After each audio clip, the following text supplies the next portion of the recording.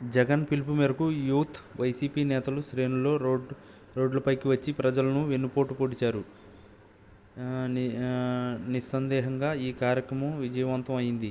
అందుకే వారి అధినేత జగన్ చాలా సంతోషించి ఉంటారు. కానీ వారి సంతోషాన్ని వారి సొంత మీడియా సాక్షి ఛానల్ 24 గంటల్లోనే ఆవిరి చేసింది.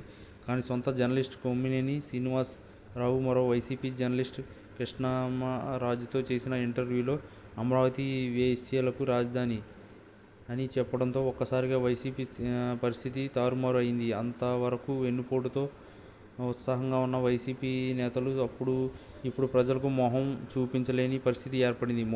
ముఖ్యంగా విజయవాడ, గుంటూరు, కృష్ణా జిల్లా నేతలు ఈ వ్యాఖ్యలతో చాలా ఇబ్బంది పడుతున్నారు.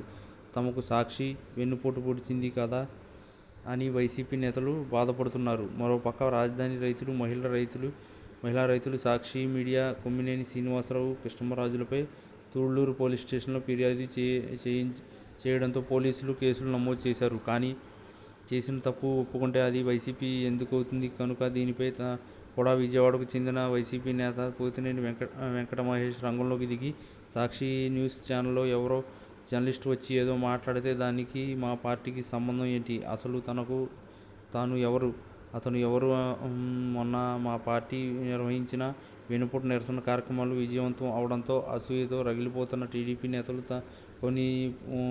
కొన్ని న్యూస్ ఛానల్ సాక్షిలో వచ్చిన కార్యక్రమం గురించి పదే మాట్లాడుతూ అతని చేత జగన్లా మాట్లాడించారంటూ దుష్ప్రచారం చేస్తున్నారు. మమ్మల్ని రాజకీయంగా ఎదుర్కోలేక టీడీపీ ఈ విధంగా చేస్తుంది అని పోతినేని వెంకట మహేష్ ఆరోపించారు.